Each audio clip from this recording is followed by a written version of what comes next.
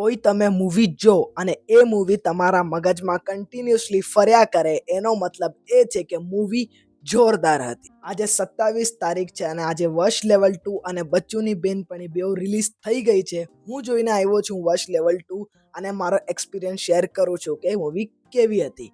આના પ્લોટની આપણે શોર્ટમાં વાત કરીએ તો એક માણસ છે જે પ્રતાપને ગોતવા માંગે છે. હવે એને એ ગોતવા માટે એ કયા પણ હદ સુધી જઈ શકે છે. 10 છોકરીઓને ઉપરથી ટેરેસ પરથી કુદાડી પણ શકે છે અને છોકરીઓના માતા પિતાને ગનથી ઉડાડી પણ શકે છે. એટલે લિટરલી કયા પણ હદ સુધી એ જઈ શકે છે અને એ ગોતવા માટે એ કોલેજની અમુક છોકરીઓને વશીકરણ કર્યું છે અને એ દ્વારા હવે એ પ્રતાપને ગોતશે.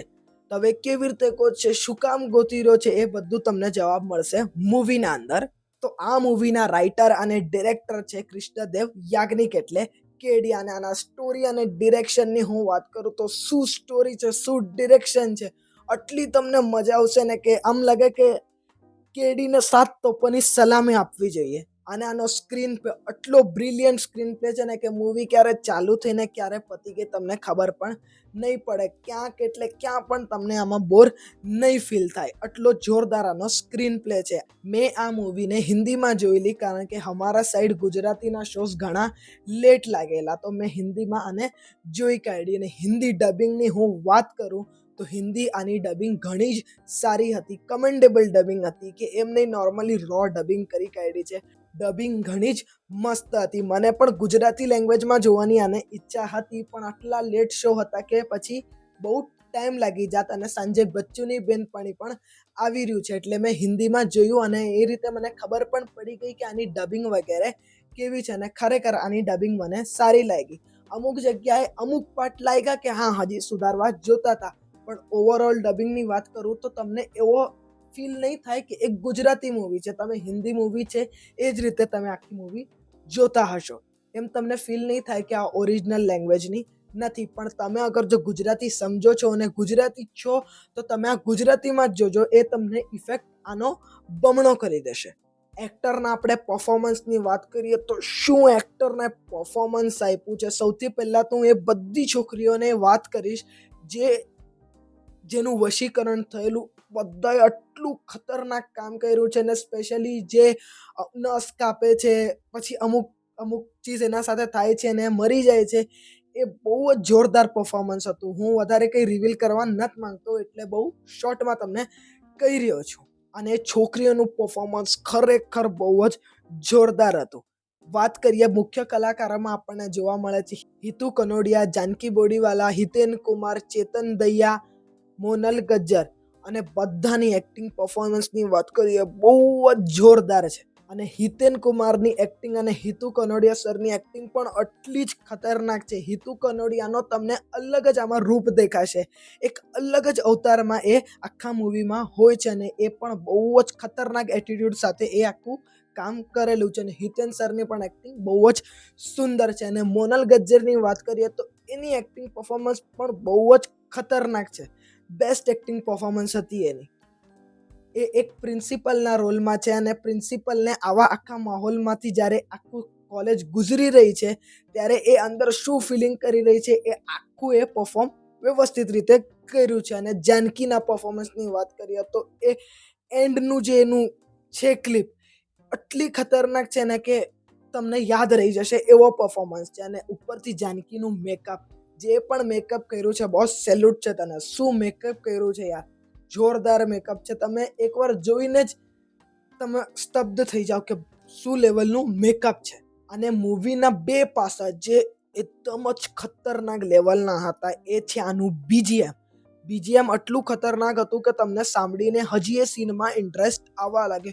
બધા પહેલાથી લઈને છેલ્લા સુધી બધા જ બીજીએમ ખતરનાક હતા અને એ સીનને બહુ જ એન્હાન્સ કરવાનું કામ પણ કરી રહ્યા હતા. અને સેકન્ડ છે આના કેમેરા એંગલ અને સિનેમેટોગ્રાફી. આના જે કેમેરા એંગલ ને અમુક તો શોટ એવા હતા કે આવા આજ સુધી મેં ગુજરાતી મૂવીમાં તો ન જોયા ભાઈ. પહેલું જ એક કેમેરા શોટ છે જ્યાં આપણને આખી સ્કૂલ બતાડવામાં આવે છે અને એ શોટ કમસે કમ 15 સેકન્ડનો છે અને જોયા પછી તરત મેં નોટ કરી લીધું કે આ શોટની વાત વિડીયોમાં 110% કરવી જ છે.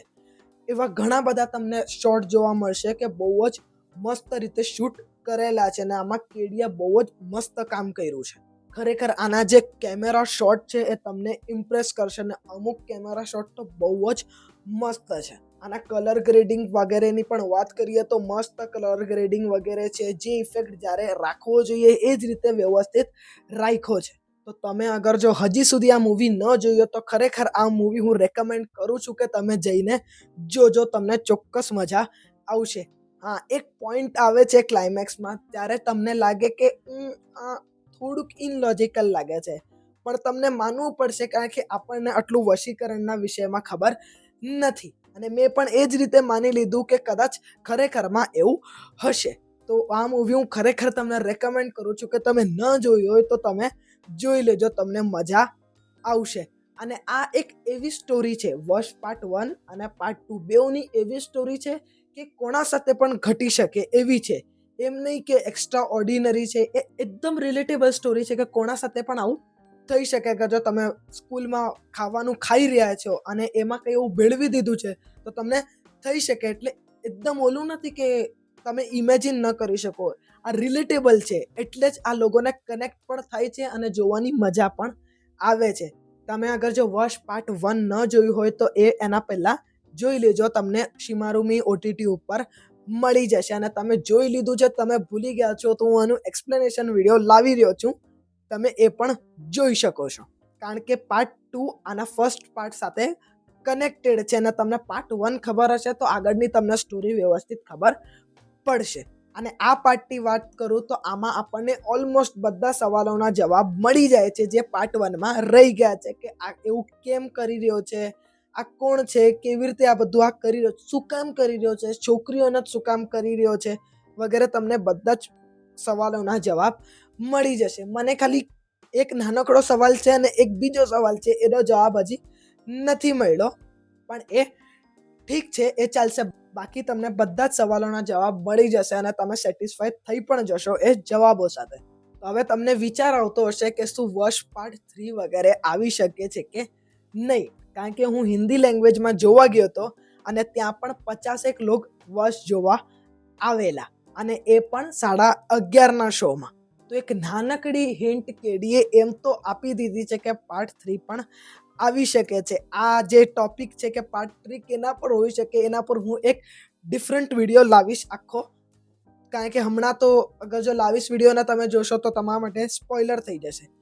તો હું ખરેખર કહું છું કે મને તો આ મૂવી ઘણી જ ગમી. તમે પણ એકવાર ટ્રાય આપજો. અગર તમને વશ ગમી છે તો પાર્ટ 2 પણ તમને આનો ગમશે અને તમને આનો ક્લાઇમેક્સ પણ જોઈને મજા આવી જશે. તો હું આ મૂવીને આરામથી હસતા હસતા 4.25 સ્ટાર આપી દઈશ. હું આના સ્ટાર હજી વધારત અગર જો ઓલા મને 2 સવાલોના જવાબ મળી ગયા હોત. તો મને તો આ મૂવી જોઈને મજા આવી ગઈ છે, મારા પૈસા વસૂલ થઈ ગયા છે. તો આજના વિડીયોમાં આટલું જ. મળીએ કયા બીજા વિડીયોમાં. હવે ટૂંક સમયમાં બચ્ચુની બેનપણીનો પણ વિડીયો આવી રહ્યો છે, એટલે રિવ્યુ વિડીયો. તો આજના વિડીયોમાં આટલું જ. મળીએ કયા બીજા વિડીયોમાં. આવજો. જતા જતા સબસ્ક્રાઈબ કરતા જજો.